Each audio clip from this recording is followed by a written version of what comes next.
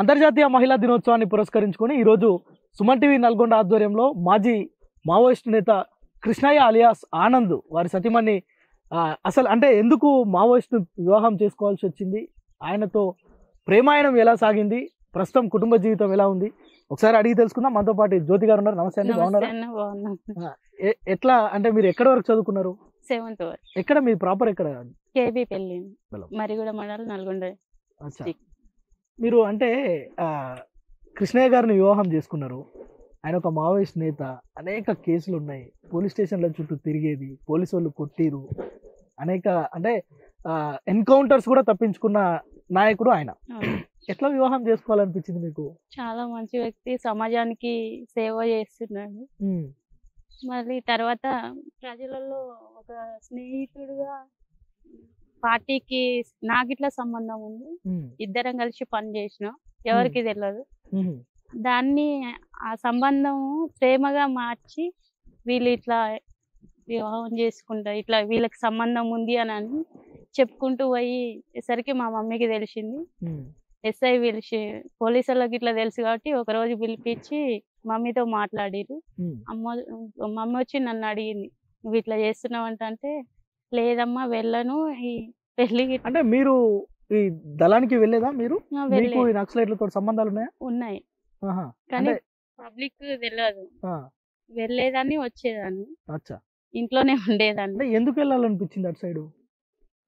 అందరిని ఏమంటారు, ఊర్లో చూస్తుంటే కొందరు ఈ విషయాలలో అన్యాయం జరుగుతుంది కాబట్టి, నేను ఒక ఆడపిల్లని కాబట్టి నాకు ఇట్లా అలా చేసి ఎవరైతే అన్యాయం చేస్తారో నా వంతుగా నేను అలా అన్యాయం జరగకుండా పని చేయాలి, సమాజానికి ఏదో నాకు చేతనయ్యంత నేను చేయాలని నేను గిట్ట వెళ్ళేదాన్ని. మొత్తం వెళ్ళిపోవాలని గిట్లా అనుకున్నాను, దళంలోకి వెళ్ళిపోవాలనుకున్నాను. మరి ఎందుకు అంటే అంటే కేవలం ఒక గెస్ట్ లాగా అట్లా వెళ్ళి వాళ్ళు ఏమేమి కార్యకలాపాలు చేస్తున్నారు చూసి వచ్చేదా? చూసి వచ్చేదాన్ని, లేదంటే వాళ్ళకి ఏమైనా భోజనాలు అట్లాంటి? భోజనాలు ఏం తీసుకెళ్లేదాన్ని కాదు, వెళ్ళేదాన్ని. పార్టీ వచ్చిందంటే వెళ్ళి కలిసి మాట్లాడి వచ్చేది, చూసి వెళ్ళాలని వెళ్ళేదాన్ని. చూసి ఏజ్ లో ఇట్లా మీరు దళానికి వెళ్ళాలనే ఆలోచన? 16 సంవత్సరాలు అట్లా, 17 ఉంటాయండి. అంటే చదువుకోవట్లేరా అప్పటికి? చదువుకున్నాను. దీని విషయంలో నేను గిట్లా వెళ్ళకుండా ఇంట్లోనే ఉండేది, వేరే పని ఇక్కడే వెళ్ళేది. చిన్నమ్మ నేను ఇంట్లోనే ఉండేది. ఎంతమంది మీరు? ముగ్గురం అక్క చెల్లెలు. పెద్దక్క పెళ్ళయింది ఇక్కడే, ఈ ఏరియాలోనే ఉంటది, ఇక్కడే ఇచ్చిరు.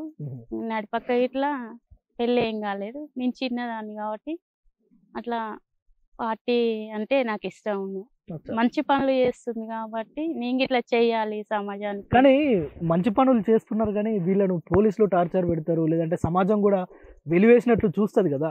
వీళ్ళు తుపాకులు పట్టుకొని తిరిగేటోళ్ళు నక్సలైట్లు అనే ఒక ముద్ర పడిపోయినప్పుడు మీకు ఎట్లా పోవాలనిపించింది అసలు? లేదు, అది మంచి పని కాబట్టి, వాళ్ళకి తెలియదు కాబట్టి, ఆ మంచి అనేది తెలుసుకుంటే వాళ్ళకి బాగుంటుండే. వాళ్ళకి తెలియదు కాబట్టి చెడుగా వాళ్ళు ఆలోచించారు కాబట్టి, సమాజంలో ఏం జరుగుతుందో తెలియదు. పొద్దున్నాక పనికి వెళ్తారు, వస్తారు, తింటారు, ఉంటారు. జరిగేవన్నీ తెలుసుకోవాలని ఆశ ఉంది కాబట్టి, ఆ సమాజం ఏమేమి చేస్తుంది, ఏం జరుగుతుంది సమాజంలో అని తెలుసుకున్నా కాబట్టి నేను వెళ్ళాలనుకున్నా. ఒక సిస్టర్ కు అన్యాయం జరిగింది, లవ్ మ్యారేజ్ చేసుకొని తన భర్తని గ్యాస్ నుండి పోసి చంపేసింది. అట్లా తెలియకుండా, బ్రదర్ కి తెలియకుండా ఇట్లా నేను గిట్లా చాలా చేసి, అంటే వెళ్ళడం, ఇట్లా అంటే కొందరితో మాట్లాడడం జరిగేది. మళ్ళీ తర్వాత ఎప్పుడైతే దుర్గ ఎస్ఐ ఇట్లా అన్నాడో, ఎప్పుడైనా కానీ మరి వేరే క్యాస్ట్ కదా అతను, అట్లా మళ్ళీ నేను వేరే మా క్యాస్ట్ అతన్ని చేసుకున్నా గానీ, నేను మా అమ్మోళ్ళ ఇంటికి వచ్చినప్పుడు ఇట్లా అతను నన్ను చూపించి ఎప్పుడు ఇంకా వేధిస్తారేమో. అసలు ఎట్లా పరిచయం మీకు ఆయనకి? ఒకే ఊరు, ఎదురుగా ఇల్లు, అన్న అక్క అనుకునే వాళ్ళం, పార్టీలో పని చేసినాం, పరిచయం అయింది. దాని విషయంలో మేము మంచిగా ఉండేవాళ్ళం, కానీ లవ్ అనేది సమాజమే తీసుకొచ్చింది మా మధ్యలో. మీరు అన్న అక్క అనుకుంటూనే ఉండేది, సమాజానికి నచ్చలేదు వాళ్ళు ఇట్లా అన్నారా? ప్రేమగా వాళ్ళు అనుకున్నారు, మేము పార్టీ విషయంలో అన్న అక్క అనుకుంటూ మేము ఉన్నాం. మీకు ఎక్కడ కలిసింది కెమిస్ట్రీ అసలు అన్న అక్క అనుకునే సందర్భంలో? అంటే వీళ్ళ మమ్మీకి చెప్పిర్రు పక్కోళ్ళు, ఎస్ఐ చెప్పింది కాబట్టి ఎప్పుడైనా అంటే మీ విషయం పోలీసులందరికీ అనుమానమా నిజంగానే మీ మీ వ్యవహారం కూడా అట్లనే ఉండేదా? లేదు, అలాంటిది ఏం లేదు మాకు. మ్యారేజ్ చేసుకున్నంత వరకు మాకేం లేదు. అచ్చా. మా అత్తమ్మకి తెలుసు, ఒక అత్తమ్మకి అంటే ఇక్కడే ఉంటది బాయ్ అత్తమ్మకి, ఆమెకు అన్ని తెలుసు, వాళ్ళ పిన్నికి. ఇలాంటి సంబంధాలు లేవు, మంచిగా ఉంటారని తెలుసు. దళంలో అక్కడే క్లోజ్ ఉంటారు కనుక మిమ్మల్ని అలా అట్లా చుట్టుపక్కల వాళ్ళు ఎట్టుంటారు, వీళ్ళు ఇట్లా మాట్లాడుతారు కాబట్టి అదే వాళ్ళలో అదే ఆలోచన ఉంది కాబట్టి అదే అనుకున్నారు. అలాంటిది ఎప్పటికీ మమ్మీ వాళ్ళు మ్యారేజ్ చేసి పంపించినా గానీ మళ్ళీ తిరిగి వచ్చే వరకు తనునే వేలెత్తి నన్ను చూపిస్తారు, చూపియకూడదు. ఎట్లయినా మంచి వ్యక్తి కదా, సమాజానికి మంచి చేస్తుండు, నాన్న ఇట్లా మంచిగా చూసుకుంటాడు అనే ఒక భరోసాతో నేను మ్యారేజ్ చేసుకోవడం జరిగింది. అంటే ఇంటర్ కాస్ట్ కదా, ఏం ఇబ్బంది పెట్టలేదు? నాకు అలాంటివి ఏమీ లేదు, ఏమి ఇబ్బంది ముందే తెలుసు నాకు. అంటే పోలీసులు మిమ్మల్ని పిలిపించి ఎప్పుడైనా మాట్లాడిరమ్మా? మాట్లాడలేదు పెళ్లికి ముందు. అంటే దుర్గేసై మాట్లాడింది అమ్మతో గాని నాతో గాని మాట్లాడింది.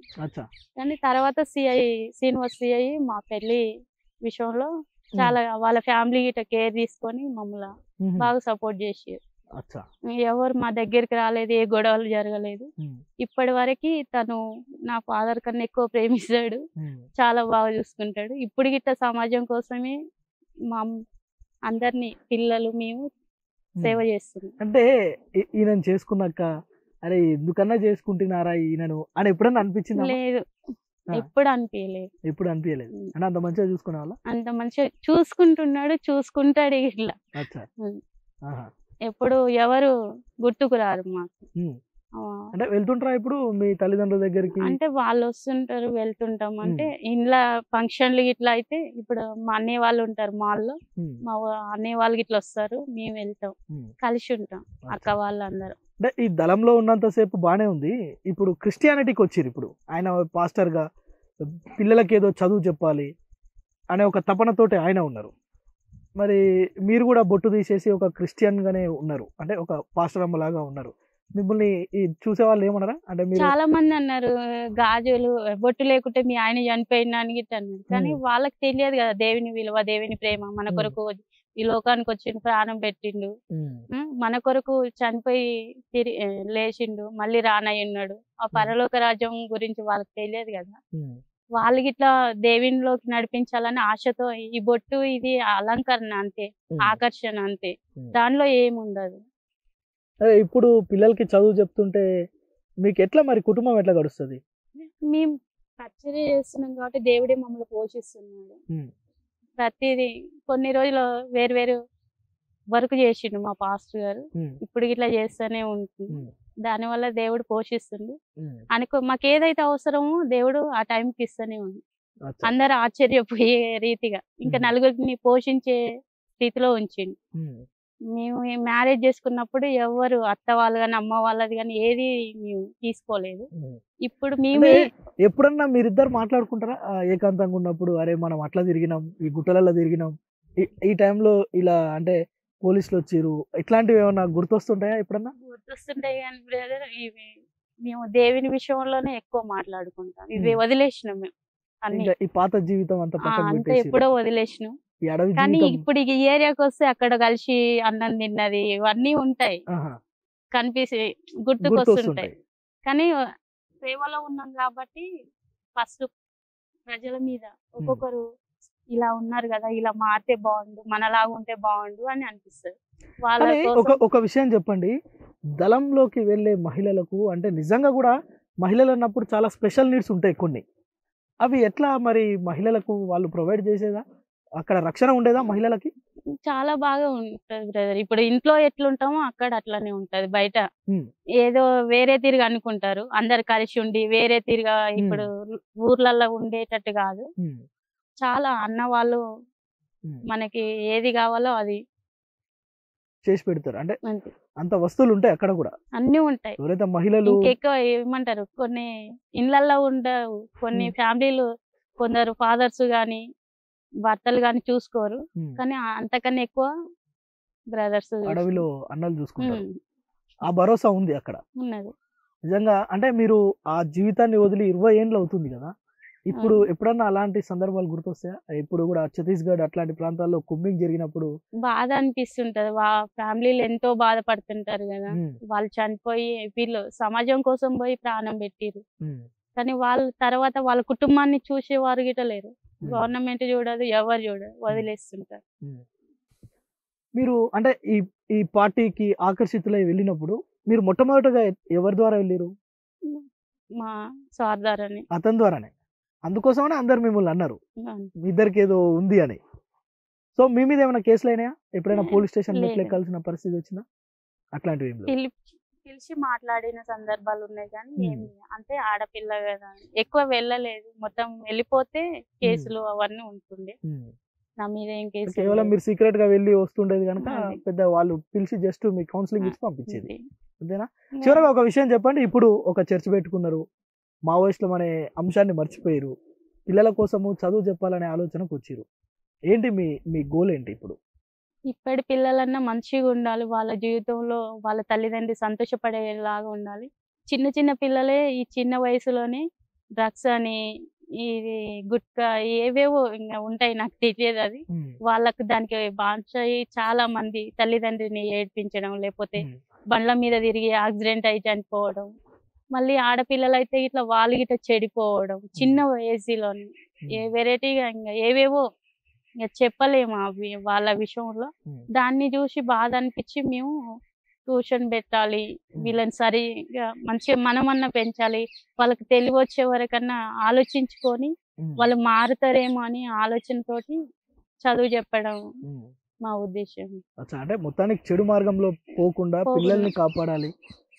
వ్యసనాలకు పోకూడదు అనే ఒక ఆలోచన మీది. ఆ! రైట్. ఇదండి మొత్తానికి మావోయిస్టు నేత అంటే మాజీ మావోయిస్టు నేత ఎవరైతే కృష్ణయ్య ఉన్నారో వారి సతీమణి జ్యోతి గారు కూడా అదే విషయాన్ని చెప్తున్నారు. మేము అనేక బాధలు పడ్డాం. ఈ సమాజంలో అనేక మంది మమ్మల్ని అనేక విధాలుగా మాట్లాడినప్పటికీ మావోయిస్టులం అనే అంశాన్ని పక్కన పెట్టి కేవలం చదువును చెప్పడం ద్వారా విద్యతోనే ఒక అభివృద్ధి జరుగుతుంది. విద్యతోనే ఒక మానవత్వం పరిమళిస్తుంది. విద్య ఉన్నవాడే సమాజంలో అన్ని విధాలుగా అభివృద్ధిలోకి రాగలుగుతాడనే విశ్వాసంతోనే పిల్లలకు ట్యూషన్ ద్వారా చదువు చెప్తున్నాం. రాబో రోజుల్లో ఒక స్కూల్ కూడా నిర్మించాలనే ఒక ఆలోచన ఉందని చెప్తున్న పరిస్థితి.